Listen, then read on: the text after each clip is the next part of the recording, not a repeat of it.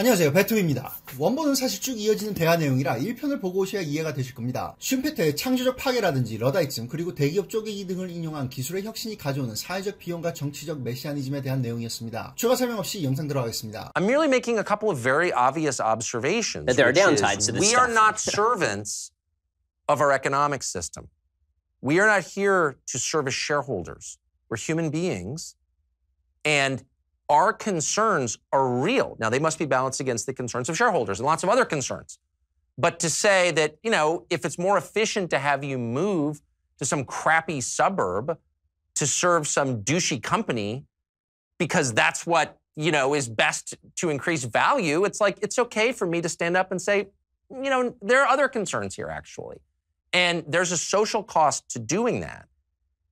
Anyway, this all used to be obvious. These things were actually debated during the Industrial Revolution. The Luddites are used for propaganda purposes to make the other side seem ludicrous. You're literally smashing machines. You're a dummy. You're an animal. You know what I mean? But actually, the concern is totally real. If you spend, just like roughly 5,000 years in one kind of economy that changes incrementally over time, but basically living from what you grow, living with your family and working 100 yards away for thousands of years. And then in the space of, 100 years after the steam engine is invented, everything is completely different. That's a lot. It doesn't mean that you should stop it or smash the machines with a hammer, but it means you should be thoughtful in the way you channel these awesome forces, these awesome economic forces. You are not a servant to them. They are tools that thoughtful people use to increase the goodness of their society.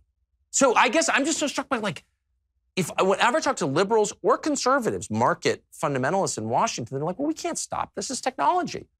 It's inexorable. We have really no role in it other than to try to benefit from it. It's like, really? You're talking about machines. Are they really in charge? No, we're in charge. We're human beings with free will. God created us to make these decisions. No, but there is a balance, obviously, between increasing prosperity across all of humankind, which has really been the result of free market capitalism over the past 40 years, and redistribution of the benefits, because the benefits obviously fall upon people deeply unequally. I'm not for taking stuff from people. I don't want my stuff to be taken from me. But regulations do that effectively. I mean, President Trump has been very anti-regulatory because of this. In a broad sense, maybe, I guess. I know that that's a talking point. I'm not a lot of regulations are unbelievably stupid. And they benefit, certain categories of rent seeker at the expense of everyone else. I'm very aware. I live among it. I know. And a lot of this is totally corrupt and counterproductive, okay? For sure. On the other hand, we have an obligation to think deeply about what's best for normal people. That's all I'm saying. That's it. That's all I'm saying. And we are not powerless in the face of these forces. And if we decide that we are powerless in the face of them, we're all just along for the ride. We're not the authors of history. We're merely just flotsam floating atop it. It's like, whoa, that's a totally different way of thinking about it that's really bad. And as we go through these changes, the people benefiting most, to whom much is given, much is expected. And they should feel an obligation to those beneath them in the way you feel to your children. That's certainly, I feel, they should feel guilty. That's why charity exists. But Exactly.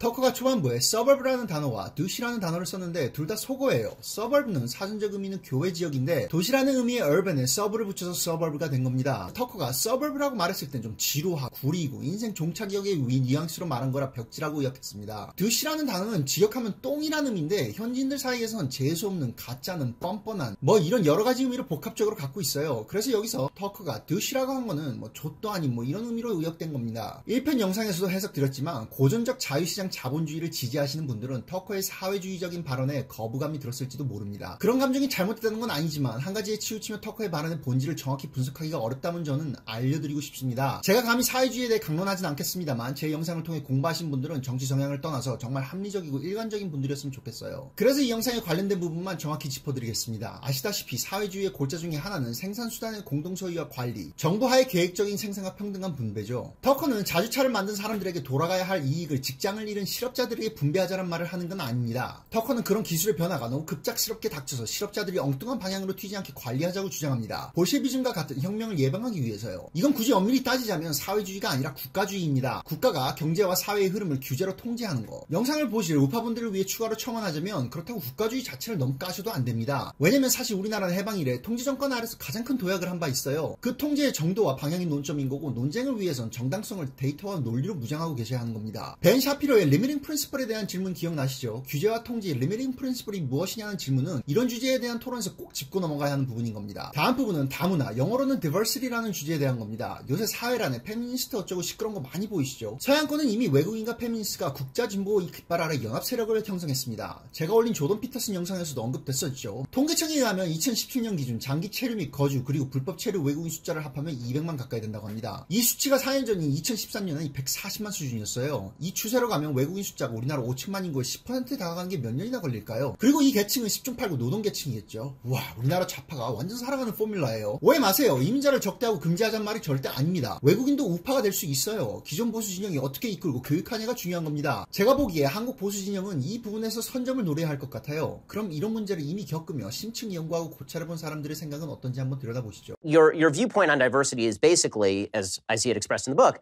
that diversity is a neutral. It's not good or bad inherently. It's not a value. It's a description. Right. And so where do you see the conflict lying between right and left on that particular issue? So where I agree with you is that, while, as I noted, I am distrustful of complex ideologies, I do think that you need to start with certain things that you believe are true and act on them if you want to get to the place you desire to be. So what I just noticed, just as an American, and I'm not an intellectual, I'm a talk show host, so this is a very obvious thing, that our national motto has been redefined to its mirror image. So, of course, it was out of many, one.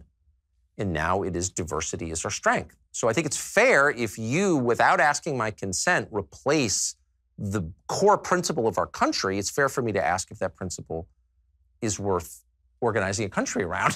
So I just asked the obvious question, is diversity our strength? And of course, like so much they say, it's not only untrue, it's the opposite of what is true.